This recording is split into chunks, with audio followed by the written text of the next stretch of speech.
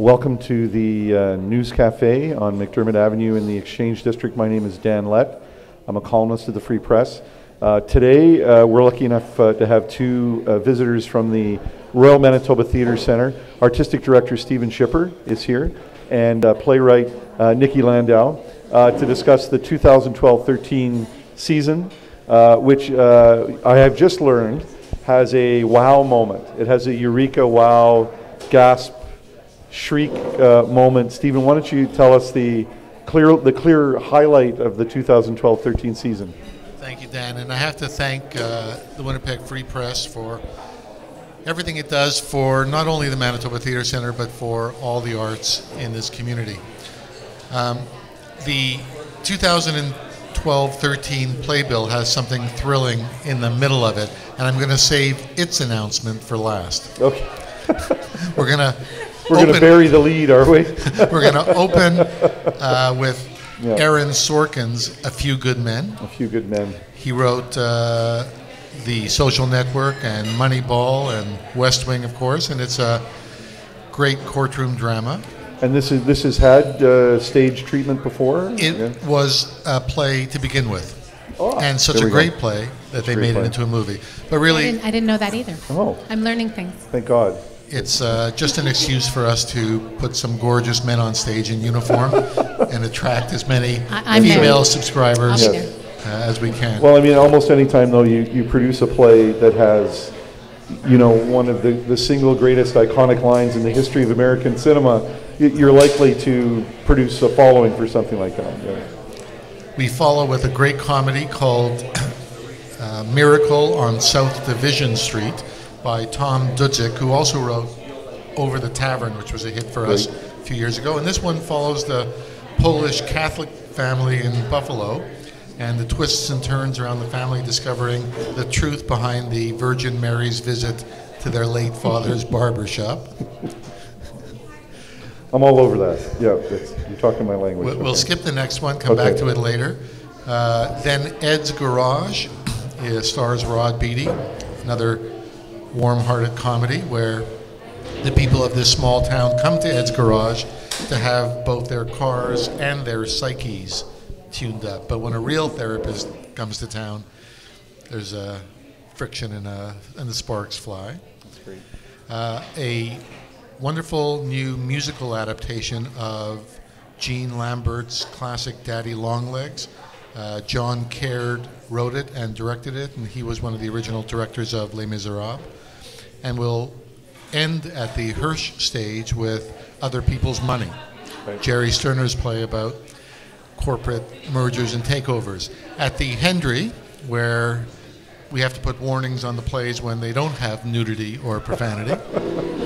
Well, we've been conditioned over the years, Stephen. It's not our fault. We're going to start with Red, a play about John Rothko, the artist. I love that play. And Sondheim Fest will include Assassins. Margaret Atwood's play Penelopead will feature 11 great Winnipeg actresses on her stage, and we'll conclude the warehouse season with Ride the Cyclone, a musical. Very cool, about a group of teenagers who perish, unfortunately, on a roller coaster ride called the Cyclone when they go to some fair in Uranium, Saskatchewan. But Karnak, the magic fortune teller, brings them back to sing one last song. Wow. The play that I haven't yet mentioned is, in fact, the reason Niki Landau is here. Yes. Do we allow Niki to make the grand web announcement of the, or is this? No, yeah.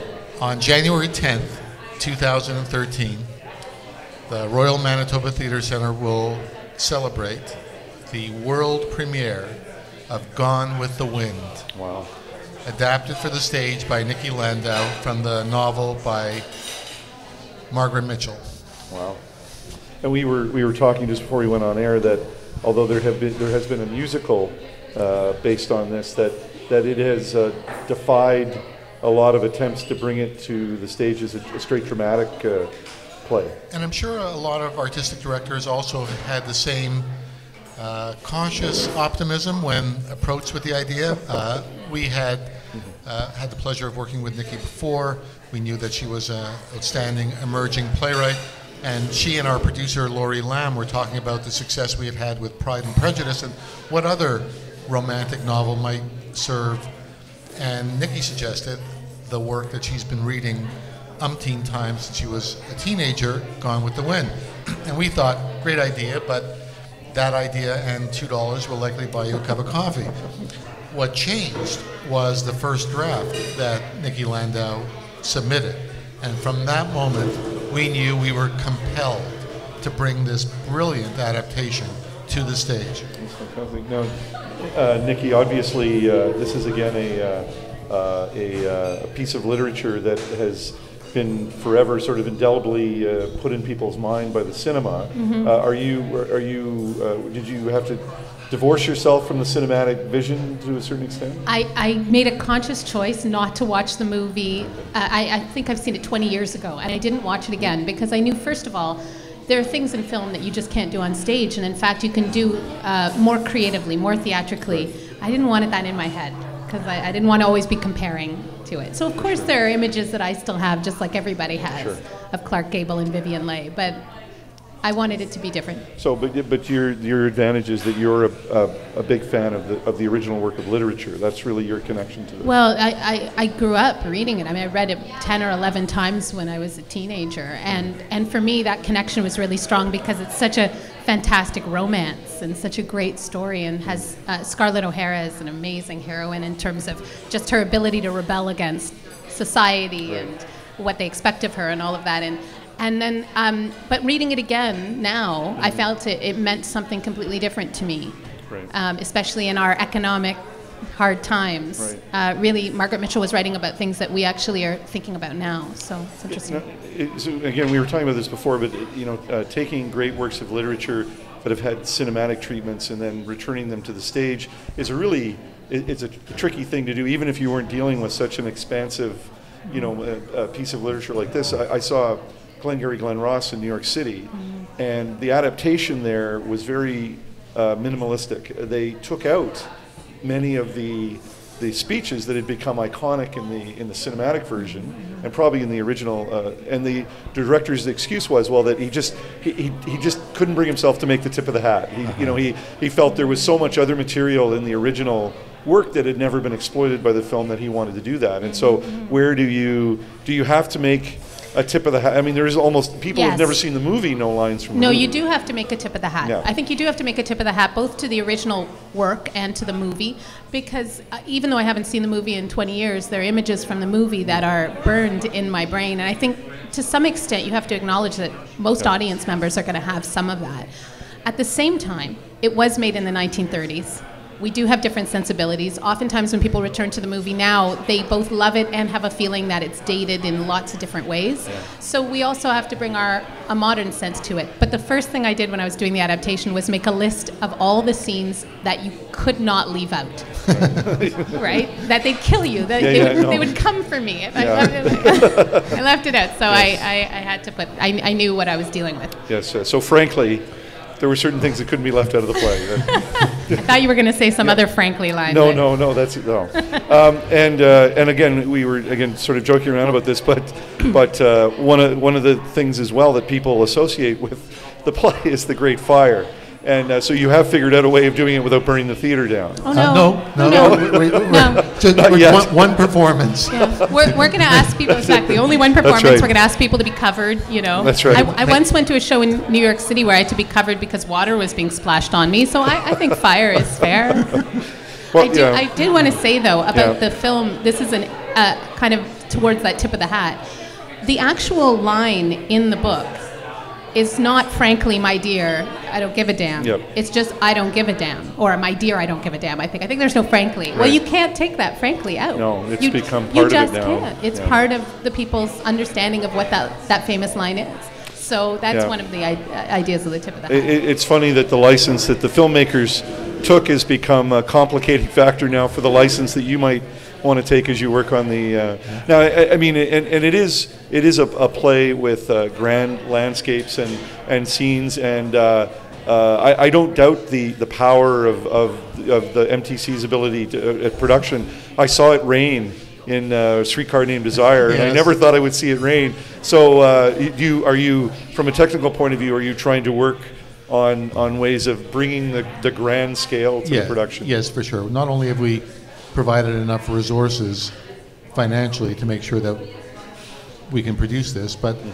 the artists involved are going to be la creme de la creme, from set design to costume design and lighting design, and really all of our team at MTC is ready for this opportunity. And talk is cheap. There are no guarantees, but I can guarantee that we are going to give our all, and that we will likely match the promise of this play with our production. That's great.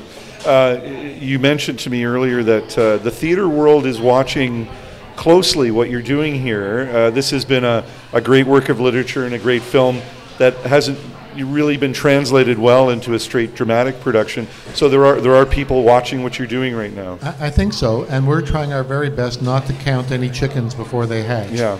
We are determined to focus on getting it right for Winnipeg and Manitoba, and then we'll enjoy seeing it produced all around the world, and that'll be a great legacy for the Royal Manitoba Theatre Centre.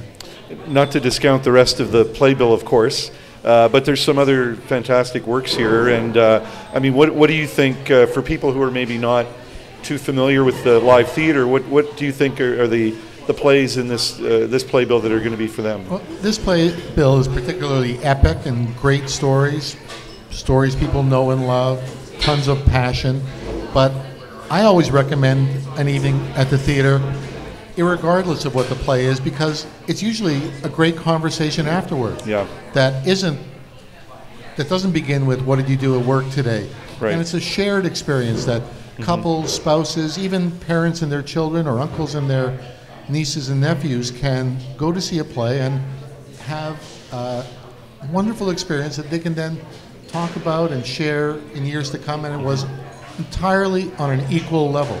I really agree with that idea that theater is fantastic for starting a conversation, and that's one of the reasons to take a novel that's a classic and adapt it, as well as to start that conversation. And I had a gentleman today at the launch come up to me and tell me that in the 1940s, after the end of the war in Europe, he saw Vivian Leigh on stage, and he still remembers that stage experience, that experience of seeing her. And so if somebody can have that experience, you never know what play is going to give it to you. Right? And if you're a university student, or just around that age, may I please let you know that going to the theater is the absolute surest way to score?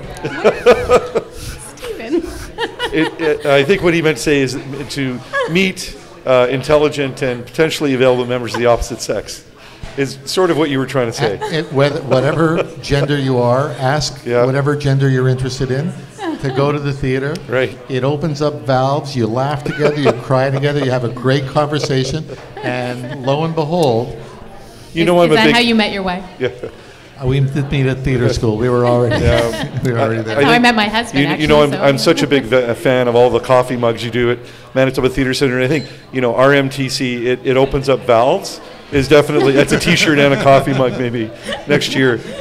Stephen and Nikki, thank you very much for coming in today. Best of luck. I know that as soon as my wife, the librarian, finds out about Gone with the Wind, we're definitely in. So thank you, Dan. Thank you very much for coming, and thanks thank for you. this opportunity. You're more than welcome. Thank you to everybody watching live and here in the restaurant, here in the News Café. Have a great afternoon.